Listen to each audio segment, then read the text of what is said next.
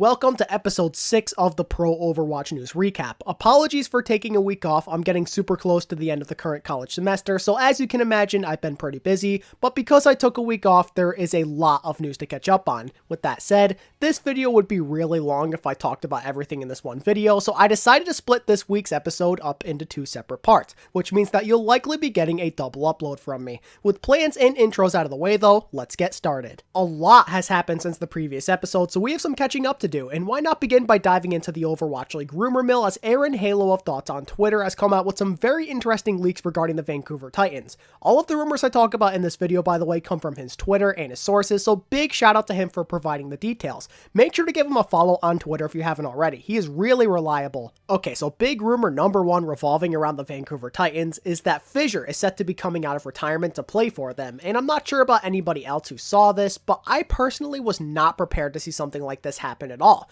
Fissure initially seemed like he was no longer interested in Overwatch after leaving Seoul. I remember him teasing that he might one day come back, but I had my doubts. I guess he really missed that competitive drive that comes with being a pro player. And to be honest, at the time of this tweet, Fissure joining the Titans just seemed like a strange move. Yeah, Fissure is really skilled and is a strong leadership figure, but you already have Bumper, so what's the point? But then just hours later, Halo comes out and says that the Vancouver Titans are looking to trade Bumper. And at this point, I was just feeling really lost, and I kind of still do feel that way if I'm going to be completely honest. Bumper was the backbone of this team, and for years, not just on the Titans, I mean on Runaway too. He's always been that way. He's been there since the beginning, and now Vancouver's management is looking to separate him from the team he's been with for his entire career. If the Titans are willing to trade away their greatest leader, then I'm assuming they must have a really good reason to. Although it's unlikely, there could be an issue with the relationship between Bumper and the organization. There just has to be something that made the Titans want to move on from him. It would be different if Bumper was like an average player or something, but he's not. He's also the heart and soul of the Vancouver Titans. That team rallies around him. I find it very hard to believe that skill factored into this decision to replace Bumper with Fissure. If everything works out and this all is indeed true, then I really do think the Titans could be just fine with playing around Fissure. After all,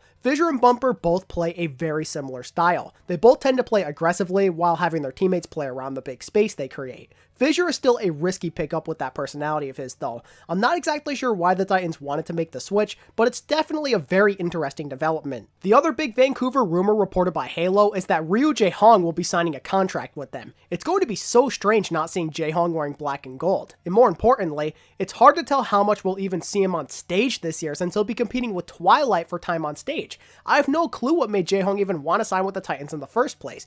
But this gives this team yet another unreal addition to an already star-studded cast. We pretty much knew Jae-hong was not going to stay with Seoul, but seeing him go play for a former Apex rival was a little unexpected if you ask me. I'm assuming he must have a really good relationship with some of the players on this team or something. If I had to take a guess, I would say Jae-hong is coming off the bench. Twilight was arguably the #1 flex support in the league last year, so outplaying him would be absurdly difficult to pull off. But who knows? Maybe Jae-hong is okay with making a transition into a lesser role. Perhaps he doesn't mind doing more of the behind-the-scenes work this season. After all, he's been doing this for a long time. He's been depended on a lot over the years, and maybe he wants a break from that. And just because he's on the bench doesn't mean he'll never play at all. With all the traveling teams are doing in 2020, burnout is likely something you'll see more of, so in all likelihood, you'll be seeing players rest a bit more often. And whenever Twilight needs to take it easy, Jae-hong can take his place, and the team probably won't see a drop-off performance-wise. But who knows? Maybe the Titans actually utilize both Twilight and Jae-hong in their typical rotation. I could see a system in which Jae-hong maybe plays like Escort and Assault maps for an example, while Twilight would play the Control and Hybrid maps. Halo also came out with a few other interesting leaks, but I'm sure they'll be getting announced soon, so I won't really give my extensive thoughts on them. But just know that the NYXL are apparently signing Who Are You and are promoting XL2 Academy off-tank player Bianca. Then Florida is supposedly signing a few players from Runaway, with the big one in my opinion being Yaki, who is widely regarded as one of the top DPS coming out of Korean contenders.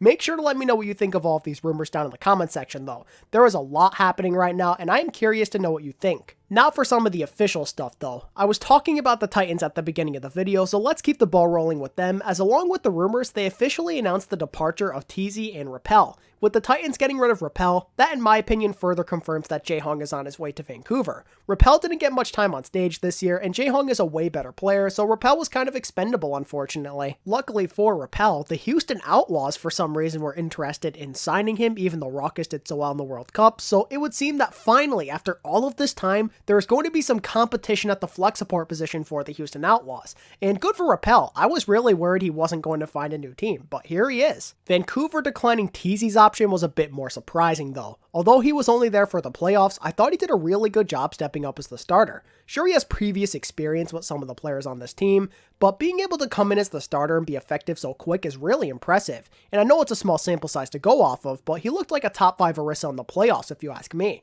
He fit in so well with that team, and it kind of felt like he's been there since the beginning of the season. If the bumper rumors are legit, I honestly would have just kept Teasy if I was Vancouver. Now, I can't say for certain, but maybe the Titans are trying to make room with their salary cap to sign both Jae-Hung and Fissure, since both of those guys are probably not cheap. Nonetheless though, I feel bad for Teasy. Every time he makes it into the league, he finds himself getting kicked out pretty fast. It happened with London and now Vancouver. Hopefully he finds a new team for 2020 at some point, because I personally think he deserves it after how he performed during the playoffs. Good luck to both him and Rappel. And in more recent Vancouver news, Hureg is looking to make a transition into a coaching role. The good luck charm is ready to move on from being a player after 3 years of hard work and dedication. Hureg was part of multiple championship teams in his career, even if he didn't participate a ton on some of those teams. He won Apex Season 4 on GC Busan, he was part of the Season 1 champion London Spitfire roster, he won a season in Contenders with Runaway, and he helped guide the Titans to a second place finish in the Overwatch League this year. I would say that's a pretty successful career to have as a player, and with him not really getting much time on stage over these last couple of years, him transitioning into a coaching role makes a ton of sense, and I feel that's something he's going to be really good at. I have no idea where he'll end up since he's LFT, but I have no doubt that he'll find success wherever he goes. That's enough about the Titans though. Let's talk about the Charge, who have made a flurry of moves here in November so far. To start, they re-signed Shu and Happy, which anyone could see coming from like a mile away. These two players played integral roles to Guangzhou's success. I know it's up for debate, but I think you can make an argument that Shu was like a top 5 flex support in the league last year. He was honestly that good if you ask me. His Ana and Zenyatta in particular were superb. The Charge would have needed to get somebody really good if they were willing to let go of Shu. Then there's Happy. While he didn't really shine in the GOATS meta, he's always showed up when DPS were involved. He very rarely got outplayed when he was on a sniper hero. This especially goes for his Widowmaker. He was easily a top 5 Widow player in Season 2. I have no doubt in my mind about that, and don't even get me started with how strong he is in the Widow 1v1. Some might even say he's the best Widow duelist in the league. With all of that in mind, plus knowing he probably still hasn't reached his peak, bringing Happy back was definitely a no-brainer. Before talking about some of the additions they made player-wise, let's first go over some of the goodbyes they said, as they decided to part ways with Bishu, Fraggy, Only Wish, Hoppa, and Rise. And what's good is that we actually know why 3 of these players are gone. Hoppa is going to the NYXL, Rise is retiring from Pro Overwatch, and the Gladiators are re-signing Bishu, and I'm honestly really happy for both Bishu and Hoppa. Yeah, it sucks to see Hoppa have to move on to yet another team, but at least his talent won't be going to waste as he's playing on a really good team. I've been talking about this with my Discord for a while now, but I think Hoppa was arguably the #1 player on the Charge last year, or at least the most consistent. He's always been a serviceable D.Va and Zarya player, and I think the NYXL are lucky to have somebody like him fill the hole left by Meko. While I do think Hoppa is not as good as Meko, the drop-off in performance for New York this year will probably be very little since Hoppa is so consistent. As for why the Charge didn't re-sign Fraggy or Only Wish, well, I honestly have no idea. If I had to take a guess, I would say Fraggy was only brought onto this team to begin with so he could give a young roster guidance with his veteran presence. I don't believe the Charge were really intending to involve him in their future plans. I would like to see Fraggy join a new team, but at this point, I highly doubt anybody's super interested in him. Not many teams are in high demand for a main tank, and there's plenty of people to choose from who are better than him anyway. I've said it before, and I'll say it again. As much as I love Fraggy, the only hero he's really good at is Reinhardt, and why settle for somebody who's essentially a one-trick when you could get a player with a higher ceiling and a deeper hero pool? I wish Fraggy nothing but the best, but I'm pretty concerned about his future as a player. Then with Only Wish, he never really got time on stage to begin with, so it's not a big loss. Chara was simply a more valuable main support for the Charge. This deal just didn't work out in the end, and stuff like this happens in sports all the time. You sign a guy, but he underperforms or gets outplayed by somebody else, so he ends up not contributing much to the team. That's enough about the releases though. The Charge then followed up by getting Neptuno, the off-tank player Krong, and the flex support player Waya. The Neptuno pickup in particular pleases me greatly. I've always been a big fan of Neptuno, and I was kind of nervous he wasn't going to find a new team. Neptuno was honestly perfect for the Charge. He fits in with that theme of being on this mixed culture team since he's Spanish, he provides yet another option at main support, and he gives a very young team some good veteran presence. Those of you who have been supporting me for a while know that I'm not a huge fan of Chara. It's not that he's a bad player or anything, because that's not true at all. I just think that he's the type of guy who doesn't make a lot of big plays. Neptuno gives this team some needed aggression at the main support position, plus he's probably a better Mercy than Chara is, so this looks like a promising pickup. Also, I think Neptuno has the potential to be a top tier Baptiste in the league. His DPS roots could allow him to frag out on the new and improved Baptiste, who could very well end up being a meta pick by the time 2020 begins. Having Neptuno on the roster gives them two very different options for playstyles, and I think that's a really good thing to have. As for Krong and Waya, well, I really don't know much about either of them, but from what I hear, Krong was a really solid diva player while playing for O2 Blast, who he played for about 10 months before joining the charge, and for the time being, he looks to be the starting off tank. He'll have some big shoes to fill with Hoppa now gone, but everyone's saying that he's more than good enough to replace him, so I'm looking forward to see what he contributes. When it comes to Waya, he's a Chinese player who I hear the Charge are quite high on. He supposedly was impressing on the Chargers Academy team, so they went ahead and promoted him. According to Halo actually, the Charge believe he has high potential, and while Shu is the starter, they're confident in Waya's capabilities anytime they choose to bring him in. And that is all of the information I have for you regarding the Charge, so now let's move on to the Gladiator since they made a few other moves besides the Bijou signing, the first of which is them signing Birdring. In my opinion, this is a downgrade over Surefour, but the thing is, it's not as bad as some people may think. It's true that Birdring is not the same player he used to be and that he had some rough patches this year during the GOATS meta, but he still showed flashes of his old self. His Reaper in Stage 4 was actually kind of nutty, and I actually really liked his Doomfist and McCree in that playoff game against the Dragons. This is one of those big risk, big reward moves. Birdring could end up popping off now that he's on a new team, but there's also the possibility he plays just as bad, if not even worse than he did at his lowest point on London. It's just the type of player Birdring is. He's known for giving inconsistent results.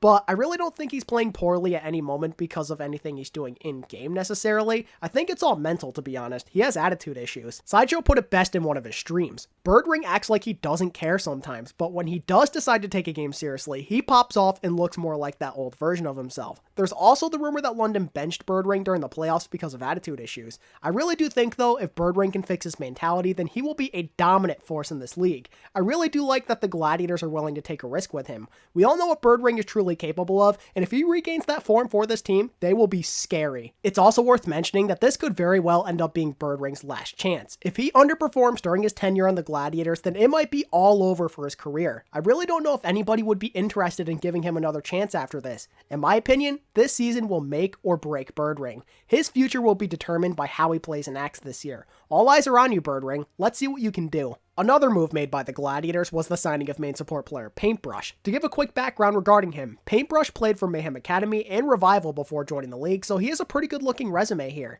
He has the experience and skill needed to succeed, but I really don't know how much he'll be playing with Big Goo still being on the roster. It definitely is a good pickup though. Whether he starts or comes off the bench, I have no doubt that Paintbrush will thrive in his role. The final player addition the Gladiators have made as of this video was the signing of Mirror. I know that a lot of people are actually pretty hyped about this pickup, and rightfully so I'd like to add. Mirror is a Vietnamese flex DPS player who formerly played on Uprising Academy. During his time spent there, he caught the attention of many with his ability to pop off on a variety of different heroes. He can play anything from Widow to Genji. With the Gladiators losing hydration to the Outlaws, Mirror makes for a perfect replacement, and I expect for him to be relied on heavily in this upcoming season. But guess what? The Gladiators also added a new coach to their staff. On the 13th, they welcomed former Talon Esports assistant coach Face to the squad. Talon has been a dominant force in the Pacific Contenders region, and they proved they can hang in there with the best of the best with how they competed in the Gauntlet. I would be excited about this addition if I was a Gladiators fan. I think him and Deepay are going to do some great things this year. Moving on to the Dallas Fuel, they finally made the signing of Gamsu official, and they surprisingly picked up former Element Mystic DPS player Doha.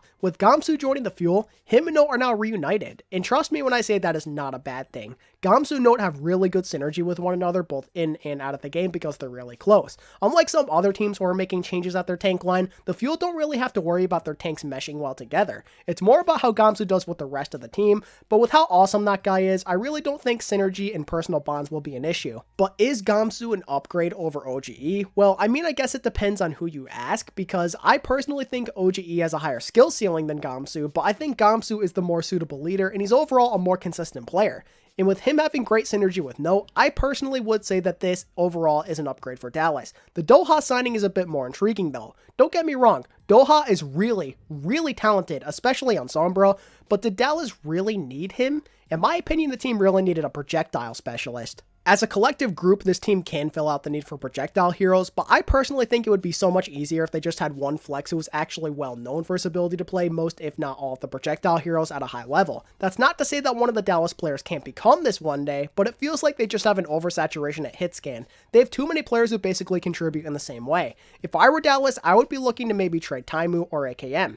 I've said this with the Shock and the NYXL last year, but 5 DPS just seems like a bit much if you ask me. This Doha pickup is still really good though, and I don't want to make it sound like it's a bad thing. Him and Decay could make for a very special 1-2 punch. I'm just curious as to why Dallas felt the need to get a 5th DPS player. With this Doha addition, the Fuel now sit at 12 total players on their roster. I wouldn't be surprised if the Fuel either choose to trade, release, or move at least one person into a coaching role. Overall, the Fuel have some good decisions that they've made this offseason. I think their fans definitely have a team they can feel excited about. In other Dallas Fuel news, today Jane announced that he will be stepping down from his coaching job at the Fuel and will now be a full-time creator for Envy starting on December 1st. It's a little sad to see Jane's coaching journey end so soon because I think he has a real knack for it, but this is probably for the best. It's clear that this season took a toll on Jane's mental health, and if being a content creator instead of a coach puts Jane in a healthier state of mind, then I'm all for this change. Jane is a great guy that has done so much for this community, and the last thing I would want is for him to have his mental be broken. Plus, Jane is really good at making content, so I'm sure that he's going to be producing some top-notch stuff. And that is actually all I plan to cover in this episode. As I said earlier, another news recap will be on the way very soon, so don't worry if it feels like I'm forgetting some important stuff, because it'll likely get covered in that video. So with that said, if you enjoyed this content, then I would appreciate it if you could hit the like button and subscribe if you haven't already. Also, consider joining my Discord server and following me on Twitter at ATP Overwatch through the links in the description. And while you're at it, make sure to let me know what you think of these off-season moves down in the comment section. As always though, thank you all so much for watching. I really do appreciate it. And until next time, this is ATP, signing out. Peace.